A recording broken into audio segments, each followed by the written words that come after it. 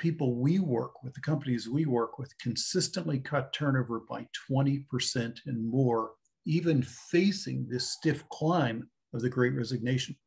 And so if you go back to what I said a few minutes ago, Matt, about companies that do surveys and they solve recognition with one-size-fits-all programs, they solve communication with one-size-fits-all programs. So in my obsession with employee turnover, when I was asked to write books, I didn't know enough. And I reached out to a professor of industrial psychology.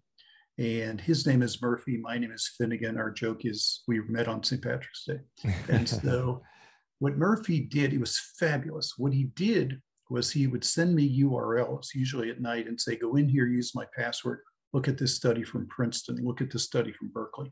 And in the course of it all, I learned, I'll say, little snippets of proven information from real academic research related to turnover. My assignment became, how do you take all these snippets and put them into a comprehensive approach? And of all those snippets, Matt, here's a big snippet that the number one reason employees stay or leave, or for that matter, engage or disengage, is how much they trust their boss. Mm. And this does not mean every time somebody quits, it's because they didn't trust their boss, although maybe they didn't. But what it does mean is you have to move your attention from those one-size-fits-all programs and start solving retention through each supervisor, one supervisor at a time. They have to become your solution instead of Employee Appreciation Week. Mm. They have to become your solution. So in the course of all that, I invented the concept of stay interviews. And stay interviews have become global. We get emails weekly from around the world. We have a group doing them in Lithuania. As you mentioned in the intro, I've taught people in Africa how to do them. I've taught people in China how to do them. I've taught the CIA how to do them. And so obviously stay interviews sound like the opposite of exit interviews, which is true.